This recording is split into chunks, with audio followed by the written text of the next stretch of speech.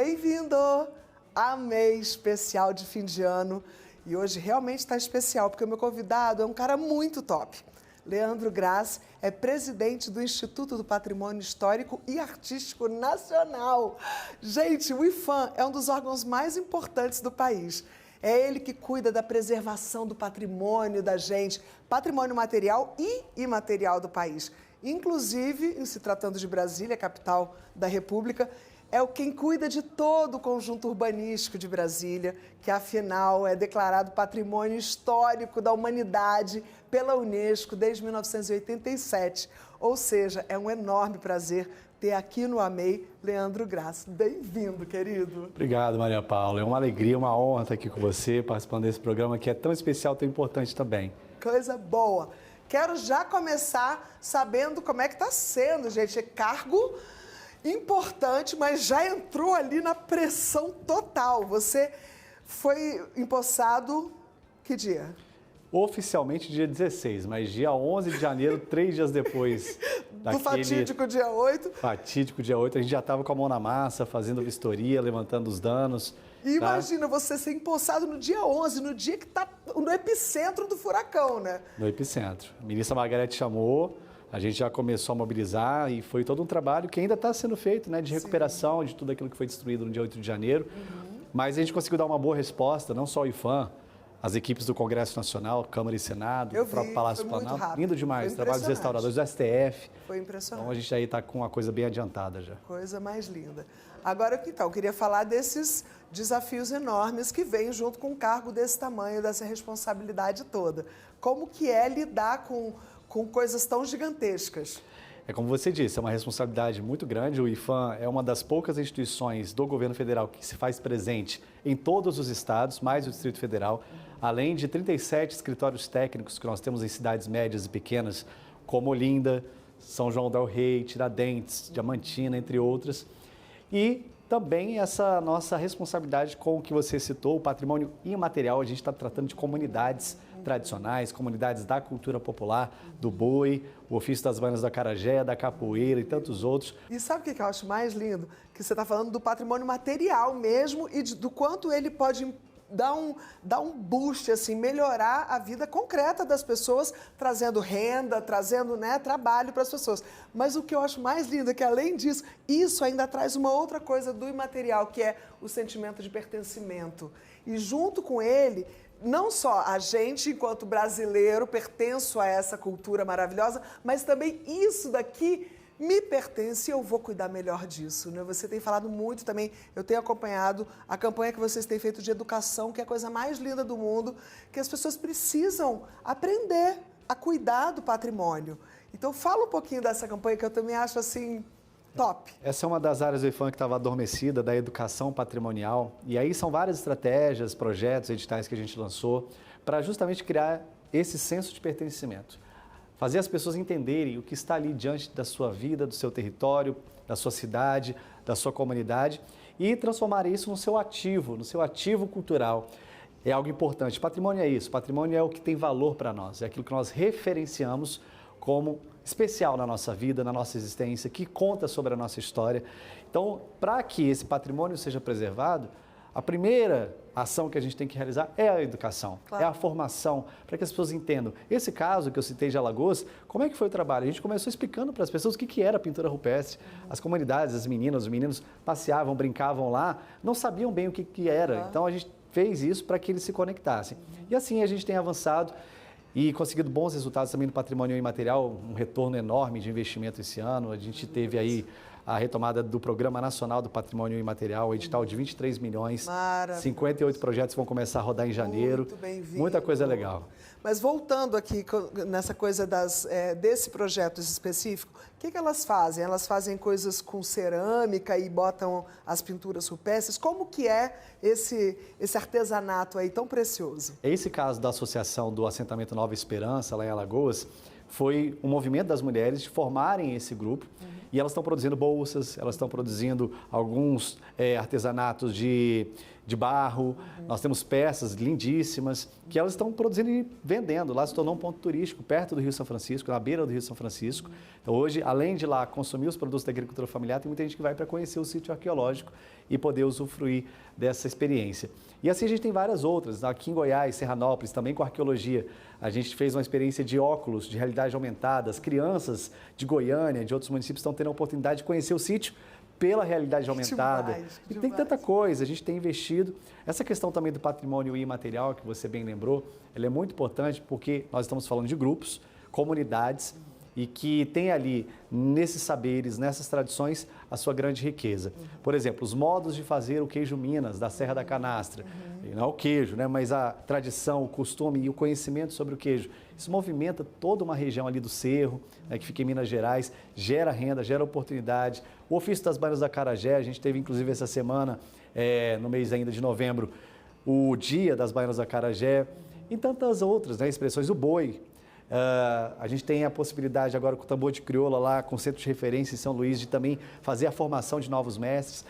De novo, a gente está falando de um conjunto de possibilidades de cidadania, de autoestima, de direitos das pessoas, para que elas se sintam parte de um país e possam ser felizes, acima de tudo. Não, eu fico arrepiada. Você sabe que eu sou das artes, da cultura. Então, quando eu vejo a cultura florescendo e sendo tratada com devido respeito, eu fico muito, muito esperançosa, achando que em muito pouco tempo a gente vai conseguir fazer avanços muito significativos. E isso daí são as sementes sendo plantadas, coisa mais linda do mundo. E você falou, né, dos tambores, né? E durante a Semana da Consciência Negra, vários projetos foram anunciados. Alguns desses projetos verdadeiramente potentes, todos muito, muito necessários. Tiveram até alguns pontos, assim, umas cerejas do bolo, por exemplo, o pronunciamento da Tarciane, presidente do Banco do Brasil. Eu achei, assim, aquilo de uma dignidade, finalmente, né, o retratamento histórico, desculpa, retratação, né? Nem sei direito como é que fala. Enfim, pediu desculpas. Pediu desculpas, porque lá atrás o Banco do Brasil patrocinava essa loucura que era um navio ir lá na África e voltar com pessoas escravas. Então, esse tipo de absurdo que hoje a gente fala, nossa, meu Deus, que coisa absurda. Sim, a gente fala, mas precisa pedir desculpa, precisa se retratar e precisa criar oportunidades, porque é claro que essa violência que a gente vive, né, essa desigualdade social, tudo isso ainda é reflexo do que aconteceu. Sim. E se a gente não se unir para mudar isso, né, quando é que vai mudar? Então, ver de verdade esses passos sendo dados, eu fico assim, sabe, emocionada de ver. E eu tenho visto também o IPHAN também, junto com as populações quilombolas, né? Fala um pouco o que vocês têm feito. Ótimo. Em novembro, mês da Consciência Negra, nós tivemos duas ações muito importantes. Uma foi a regulamentação, o detalhamento do tombamento dos quilombos, que a Constituição já garantiu em 88, mas nunca havia sido trabalhado, nunca havia sido regulamentado. Então, a gente emitiu uma portaria. E como é que vai funcionar? Hoje os quilombos, são quase aí 500, certificados por Palmares, vão poder, junto ao IPHAN, inventariar suas referências culturais, materiais e imateriais, arqueológicas, e dali a gente estabelecer critérios de preservação para cada quilombo. Então tem quilombo que vai poder solicitar ali a preservação, por vezes, de um casarão, de uma pequena capela, de um elemento físico, material, às vezes de um saber, de uma tradição que é cultivada e assim por diante. Então, agora nós vamos começar esse tombamento dos quilombos, então uma grande entrega, uma reparação histórica que você bem colocou. E também a gente está aí com ações de restauro de terreiros. O IPHAN tradicionalmente fez muitos restauros de igrejas, teatros, museus, o que é super importante. E neste momento a gente está fazendo o restauro de 2 terreiros na Bahia, o Casa Branca e o Tumbajuçara. E digo mais, ainda sobre reparação histórica. Tradicionalmente a gente restaurou muitos bens monumentais, incríveis, e isso é um bom resultado. Mas e a casa do cidadão? E aquela pessoa moradora do centro histórico que não tem dinheiro para contratar um arquiteto e nem restaurar, reformar a sua casa?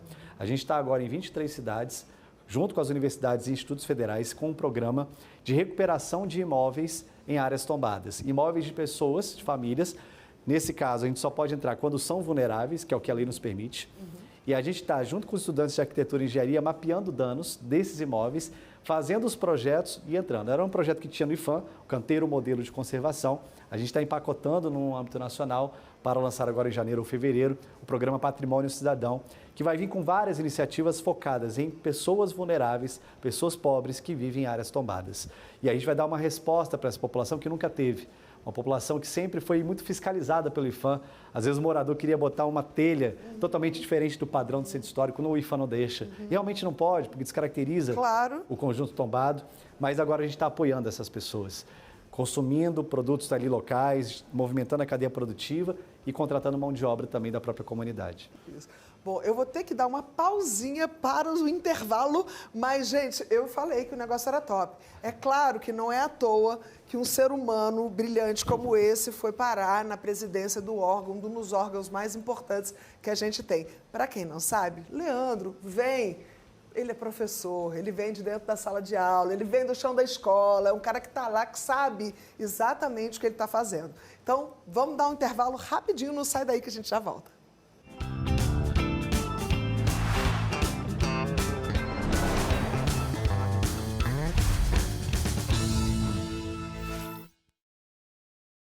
Vamos combinar que 2023 está terminando em grande estilo, pelo menos aqui no AMEI, realmente está demais. Eu tenho aqui como convidado especial Leandro Graz, que é o presidente do IPHAN e que está contando para a gente várias notícias importantes, esperançosas, maravilhosas. Assim, eu estou vendo um futuro brilhante, estou vendo avanços acontecendo e então queria falar um pouco mais, assim, né, das coisas que estão mais importantes nesse momento.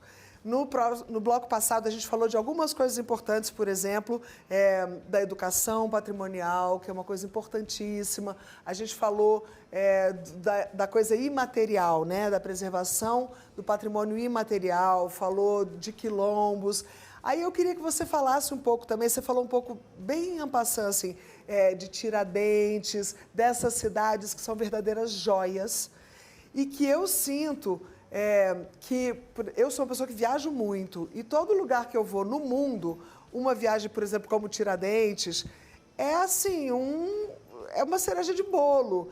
E eu sinto que o brasileiro ainda não descobriu a maravilha que é um lugar como esse. Por que você acha que ainda não caiu nas graças do viajante brasileiro, do turista brasileiro ir para as cidades históricas? E o que a gente pode fazer para que isso seja despertado, né, nos nossos jovens? A gente tem essa tarefa, Maria Paula, de reapresentar o Brasil a si mesmo. Ou seja, a gente poder mostrar o que nós temos de bom, de melhor, de valioso. Isso é para o patrimônio cultural mais uma oportunidade, porque dentro dos bens tombados, incluindo cidades, às vezes igrejas, museus, teatros específicos, nós temos aí uma diversidade muito grande. Há uma concentração no Sudeste, a gente estava falando aqui das cidades de Minas Gerais, mas a gente tem muita coisa no Nordeste, a gente tem coisa no Sul e na Amazônia. Inclusive o presidente Lula e a ministra Margarete têm orientado que a gente prestigie esse patrimônio amazônico. A gente está lá em Belém, preparando as obras da COP agora, lá em Manaus, um programa maravilhoso que a Prefeitura vem desenvolvendo e a gente tem apoiado, que é o programa Nosso Centro, como foi feito em São Luís do Maranhão também. Então a gente tem feito esse esforço de apoiar as prefeituras, porque uma parte da responsabilidade sobre o patrimônio é do IPHAN, mas uma outra boa parte é dos estados e municípios. E aí a gente está tentando dar as mãos, fazer esse pacto federativo pelo patrimônio, conversando com todo mundo. O presidente mandou e a gente está cumprindo. Conversar com todo mundo, independente de questões partidárias ou ideológicas, mas se temos boas intenções, vamos unir.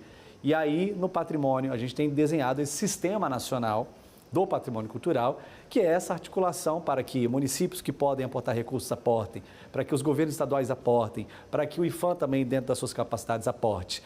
A gente vem agora com o novo PAC, serão 139 obras em todo o Brasil de recuperação do nosso patrimônio cultural. Já selecionamos mais 100 projetos do novo PAC, o PAC Seleções. Parênteses, nessas obras tem o Teatro Nacional, pelo amor de Deus? Pergunta de milhões.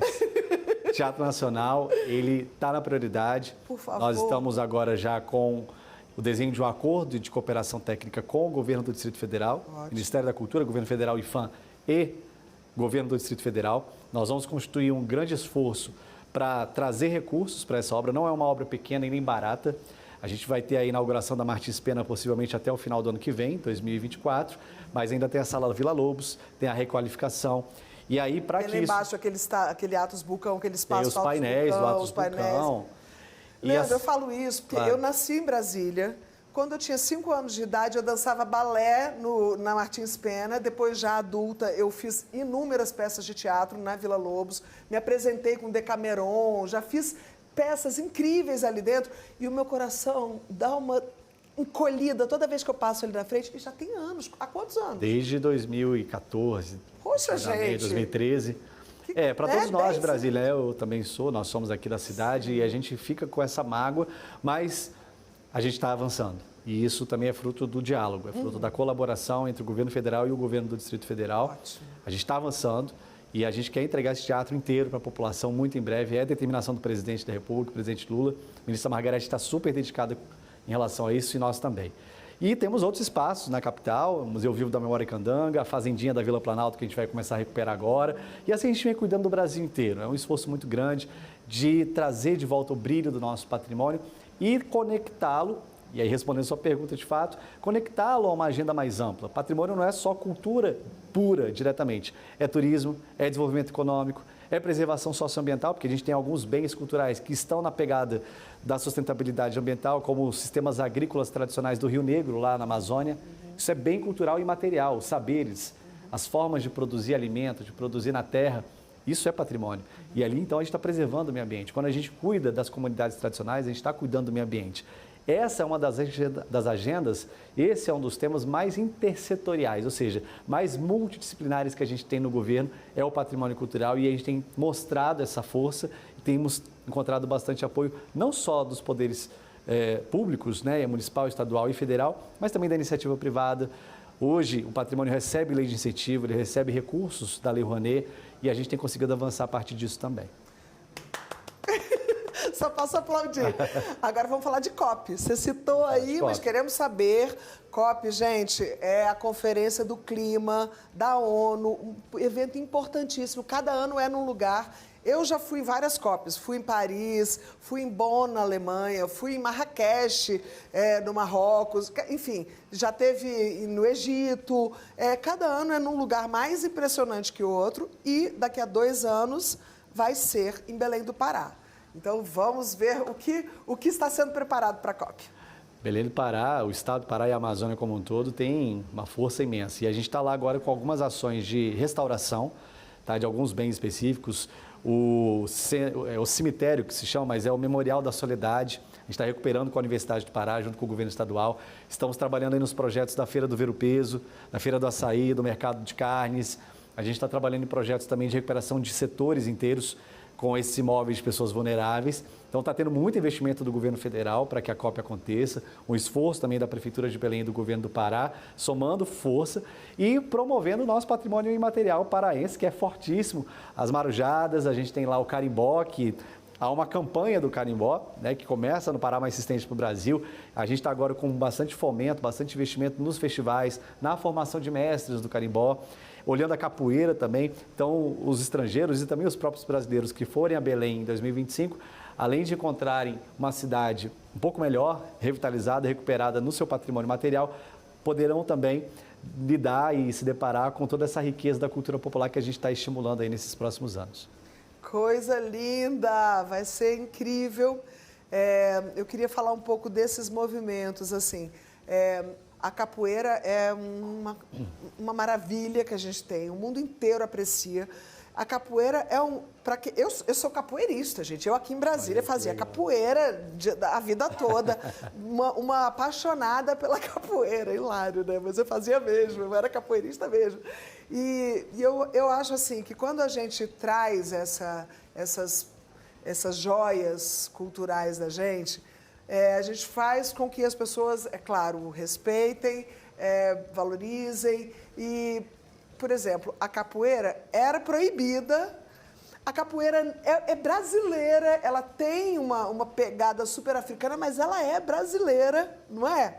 E aí depois isso vira uma coisa que no mundo inteiro as pessoas fazem capoeira e treinam.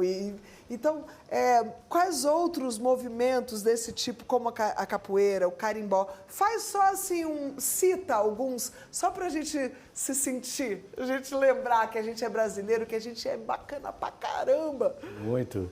Vamos lá, o forró. As matrizes culturais do forró, que a gente também está agora com vários projetos estimulando o forró no Brasil. O frevo. Amo frevo lá em Recife. Pernambucano. Lá a gente passa do frevo, quem não conhece, o dia que for a Recife, conheça o Passo do Frevo, que é um centro de referência do frevo. O frevo é patrimônio da humanidade também. Sim. A capoeira também. A gente tem o carimbó, que eu falei, a gente tem o maracatu. Maracatu nação aí a caminho também de se tornar patrimônio da humanidade. Maracatu do Baque Solto. Baque Solto. E a gente tem algumas festividades, né? O Círio de Nazaré, que agora em outubro a gente pôde festejar, celebrar. O Boi de Parintins também é patrimônio imaterial brasileiro. E é outra coisa surreal de maravilhosa. Muito forte, muito linda, muito maravilhosa. E indígena, né? Aquela pulsação ali da floresta. E aqui em Brasília a gente tem, como em outros lugares do Brasil, o Teatro de Bonecos, o Mamulengo. Tem uma capacidade de chegar nas escolas, de se conectar com as crianças muito grande. Então, todos esses chamados bens registrados, porque no caso do imaterial a gente fala registrado, não fala tombado. Sim. A gente tomba o físico, o material, hoje são 1.271 bens tombados no Brasil e 52 bens registrados. E cada bem registrado, como o da capoeira, do forró, do carimbó, são inúmeras comunidades com as quais nós interagimos, são mestres e mestras que a gente estimula, que a gente inclusive fazer com que eles transmitam seus conhecimentos para as atuais e futuras gerações. O ofício das bandas da acarajé, que eu citei há pouco, ele tem também essa capacidade produtiva da inclusão pela renda, o ofício das paneleiras de goiabeiras lá no Espírito Santo, a renda irlandesa lá em Sergipe, ou seja, tudo isso tem a ver com o dia a dia, né? Renda, as rendeiras, coisa mais linda. Festa do Divino aqui em Goiás, muita coisa bonita. É muita coisa, realmente. É muita coisa. Esse Brasil, né? Esse Brasil é demais. Queria fazer um convite, quem está aí com o celular na mão, computador perto, bota aí no Google, Repositório de Bens Registrados. A gente lançou isso em julho, é uma plataforma que as pessoas podem conferir o que tem de bens culturais e materiais em sua cidade, em seu estado. Tem lá um georreferenciamento, eu quero saber o que tem aqui no Paraná, quero saber o que tem aqui no Acre, quero saber quais são as expressões do patrimônio cultural que existem aqui na Paraíba. Então, pode ir lá mapear e... No Repositório dos Bens... Repositório dos Bens Registrados, que é uma plataforma lançada pelo IPHAN. Lá a gente deixa isso disponível.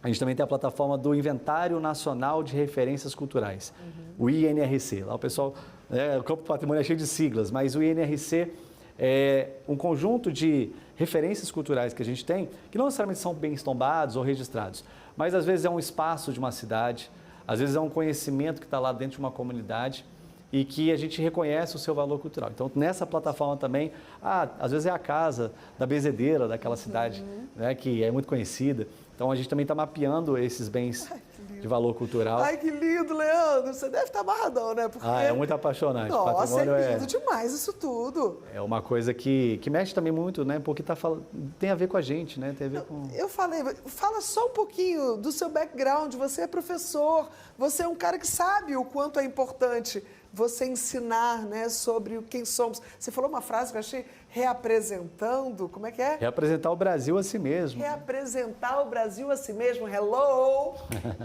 Coisa mais linda do mundo essa frase.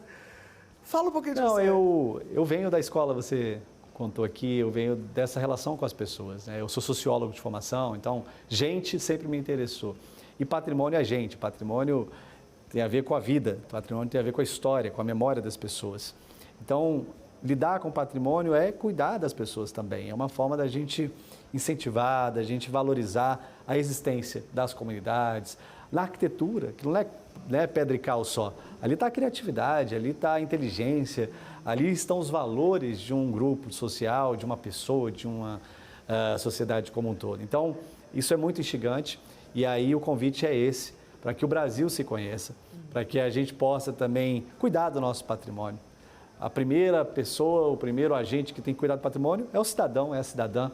Claro. Então, a gente precisa realmente fazer esse grande pacto e abrir o IPHAN para toda a população. A gente está nesse esforço de popularização do IPHAN e aqui todos que quiserem conversar conosco, visitar as nossas pertenências serão muito bem-vindos e bem-vindas. Leandro, infelizmente nosso tempo já está acabando. Eu queria falar pelo menos mais umas 5 horas e meia com você, mas eu vou fazer uma provocação aqui no final, que é quando eu penso assim, né, na tecnologia, e vocês estão usando muito bem, criando esses repositórios e fazendo com que as pessoas tenham acesso ao trabalho de vocês. Mas, por um outro lado, a tecnologia vem também como uma coisa que separa principalmente os jovens dessas culturas ancestrais, principalmente das que são passadas oralmente. Como que vocês lidam com isso? Eu vejo isso porque eu vou muito em população, eu vivo junto com populações indígenas, e eu vejo as pessoas falando, os jovens querem ir para o computador, os jovens não querem ficar ali, né, ouvindo uma história oral.